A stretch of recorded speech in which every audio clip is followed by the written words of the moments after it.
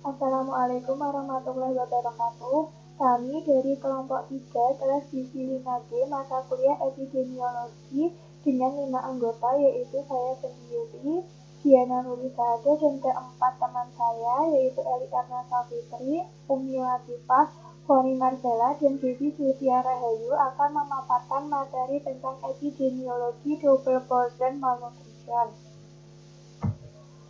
Pertama, kita akan membahas tentang definisi malnutrisi. Malnutrisi atau gizi salah adalah suatu keadaan di mana asupan gizi yang diperlukan untuk pertumbuhan, perkembangan, dan kebutuhan energi tubuh ini mengalami kekurangan ataupun kelebihan. Organisasi Kesehatan Dunia atau yang sering dikenal dengan istilah WHO mendefinisikan malnutrisi sebagai ketidakseimbangan seluler antara pasokan nutrisi, energi, dan kebutuhan tubuh terhadap mereka untuk menjamin pertumbuhan, pemeliharaan, dan fungsi tertentu. Jadi, secara singkatnya, malnutrisi atau gizi salah adalah keadaan patologis akibat kekurangan atau kelebihan zat gizi. Bentuk malnutrisi itu ada 4. Yang pertama ada undernutrition atau kekurangan konsumsi pangan secara relatif atau absolut dalam periode tertentu. Yang kedua ada specific deficiency atau kekurangan zat gizi tertentu, misalnya kekurangan yodium atau kekurangan vitamin A.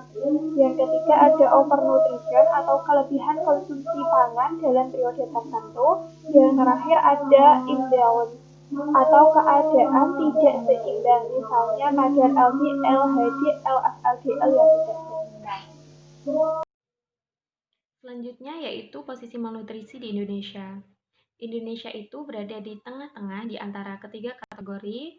Yang pertama yaitu kategori A, kurus atau pendek, kategori B, kurang vitamin A dan zat besi, kategori C yaitu overweight.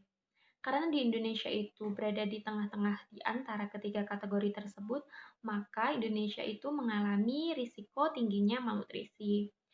Nah, tingginya malnutrisi di Indonesia itu seperti kurang energi protein, kurang vitamin A, anemia, overweight, dan gaki. Epidemiologi malnutrisi. Yang pertama yaitu ada host dipengaruhi oleh, yang pertama yaitu ada genetik.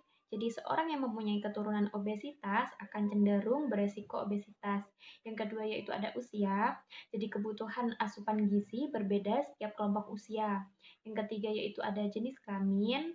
Yang keempat yaitu etnik. Jadi masyarakat pada etnik tertentu itu cenderung memiliki pola dan kebiasaan yang sama. Kelima yaitu fisiologis, kebutuhan ibu hamil lebih banyak dibandingkan dengan ibu yang tidak hamil. Keenam yaitu imunologik, jadi orang yang mudah terkena penyakit adalah orang yang daya tubuhnya lemah. Selanjutnya kita bahas tentang agent atau penyebab dari malnutrisi. Yang pertama yaitu penyebab langsung, terdiri dari konsumsi zat gizi atau asupan zat gizi dalam tubuh. Contohnya ketika orang tersebut mengalami kekurangan zat gizi, maka dapat berisiko underweight, atau lebih spesifiknya lagi ketika orang tersebut kekurangan protein dapat menyebabkan CAP, atau ketika kekurangan yodium dapat menyebabkan gaki, atau bahkan ketika orang tersebut kelebihan zat gizi maka dapat berisiko overweight atau obesitas. Selanjutnya yaitu infeksi penyakit, contohnya ketika ISPA. Ketika terjadi infeksi tersebut maka akan mengganggu sistem pencernaan sehingga asupan energi yang masuk ke dalam tubuh juga akan berkurang dan dapat menyebabkan malnutrisi. Yang kedua adalah penyebab tidak langsung. Yang pertama adalah ketersediaan pangan dalam rumah tangga. Nah, ini kaitannya dengan kondisi keuangan. Ketika keuangan itu rumah tangga itu minim, dapat menyebabkan kemampuan dari rumah tangga tersebut untuk membeli makanan ini juga minim, sehingga asupan zat gizi yang diasup oleh rumah tangga tersebut juga akan terbatas. Yang kedua adalah asuhan ibu dan anak atau pola asuh orang tua. Ketika orang tua sudah membiasakan anaknya dari kecil untuk selalu makan junk food atau nyemil makanan yang tidak sehat, maka di kemudian hari anaknya tersebut dapat berisiko tinggi terkena obesitas ataupun underweight ataupun overweight. Yang selanjutnya yaitu pelayanan kesehatan. Dari penyebab langsung dan tidak langsung yang saya sebutkan tadi, penyebab utamanya adalah kemiskinan, pendidikan, ketersediaan pangan, dan juga kesempatan kerja. Dan semua itu merupakan akar masalahnya dari kondisi krisis ekonomi dan politik. Oke, selanjutnya yaitu environment atau lingkungan. Nah, lingkungan sendiri ini dibagi menjadi 3. Yang pertama yaitu lingkungan fisik. Lingkungan fisik seperti cuaca, iklim, tanah, dan air. Faktor-faktor tersebut dapat mempengaruhi kesuburan tanaman yang merupakan sumber makanan untuk warga sekitarnya. Yang kedua yaitu lingkungan biologis seperti kepadatan penduduk. Contohnya ketika di wilayah A ini kepadatan penduduknya sangat tinggi, maka akan mempengaruhi kualitas air di daerah sekitar sehingga resiko terkena bakteri atau virus ini lebih tinggi. Yang ketiga yaitu lingkungan sosial ekonomi seperti pekerjaan ataupun tingkat urbanisasi. Hasil riset kesehatan dasar 2013 mengungkapkan double malnutrition di Indonesia, yaitu prevalensi gizi buruk balita meningkat menjadi 5,7% dari 4,9% pada tahun 2010.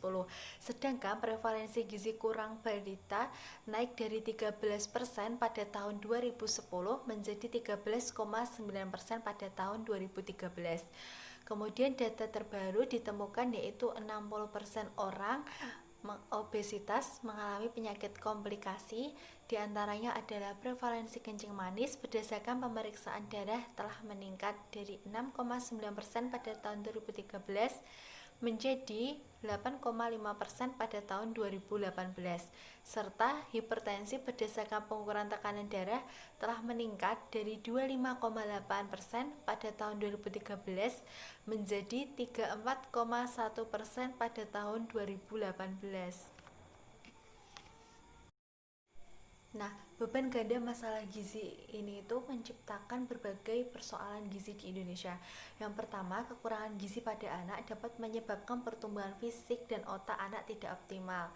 Anak menjadi kurus dan sangat pendek atau stunting. Bila hal ini tidak segera diatasi, dalam jangka panjang akan mengakibatkan hilangnya potensi generasi muda yang cerdas dan berkualitas, sehingga anak menjadi tidak produktif dan tidak mampu bersaing di masa depan. Yang kedua, kelebihan gizi pada anak itu dapat memicu munculnya berbagai penyakit degeneratif seperti diabetes mellitus, hipertensi, hiperkolesterol, dan penyakit jantung.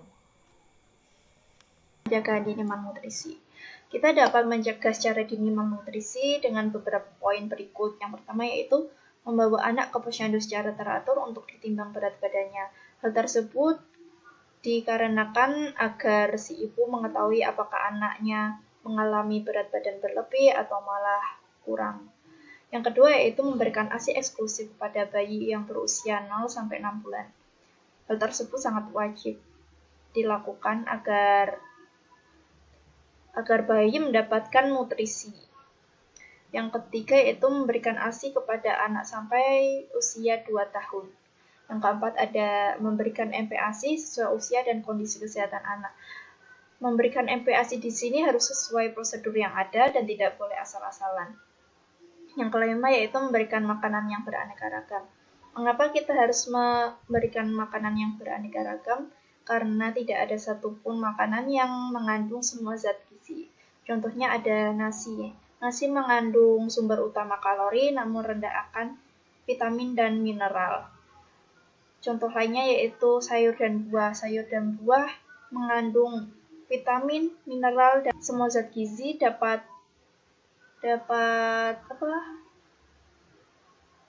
terpenuhi.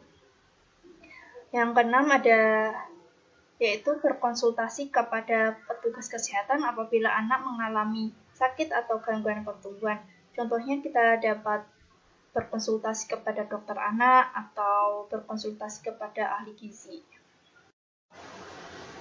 Yang selanjutnya yaitu Kementerian Kesehatan Republik Indonesia memberikan pedoman yaitu 10 pedoman gizi seimbang. Pedoman yang pertama yaitu kita membiasakan mengkonsumsi beraneka ragam makanan pokok. Yang selanjutnya membatasi mengkonsumsi makanan yang manis, asin, dan berlemak, lalu melakukan aktivitas fisik yang cukup dan mempertahankan berat badan ideal. Hal tersebut agar kita tidak mengalami obesitas atau berat badan kurang. Yang selanjutnya itu mengkonsumsi lauk pauk yang mengandung protein, lalu kita harus mencuci tangan memakai sabun dengan air mengalir.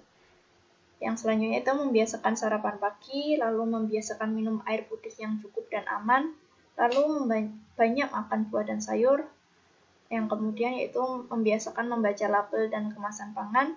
Yang terakhir yaitu kita harus mensyukuri dan menikmati keanekaragaman makanan. Nah, cukup sekian presentasi dari kelompok kami, kelompok 3. Kurang dan lebihnya kami mohon maaf. Semoga bermanfaat. Wassalamualaikum warahmatullahi wabarakatuh.